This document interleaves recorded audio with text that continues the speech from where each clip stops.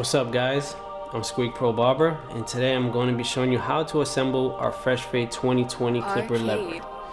As you can see, our clipper does not have a lever at the moment, so we're going to assemble everything. The tools you'll be needing today is just a regular Phillips head screwdriver. So what we're going to do first is we're going to take our hexagon spacer, we're going to seat our hexagon spacer into the bracket hole.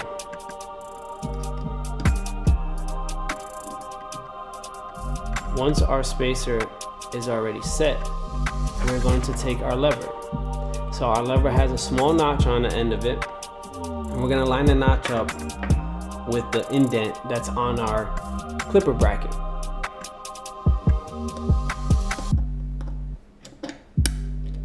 So once that is seated, you'll hear a snap. So what we're going to do next is we're going to take our gear wheel. This gear wheel has teeth on one end and the other end is smooth.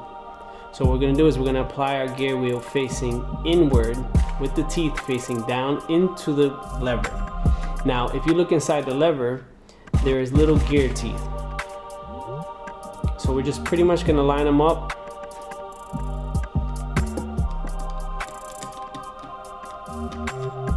So once our gears is inside, we're going to take our spring. Now our spring has two sides.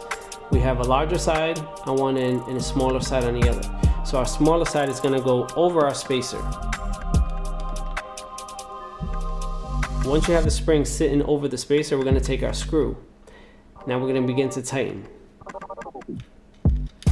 So as you can see, when you place the screw in, now you have a kickback from our spring. So we're going to go ahead and take our screwdriver, we're going to apply pressure, and we're going to tighten. Now if you tighten too loose, you're going to get a little bit of wiggle. So tight, make sure you tighten accordingly,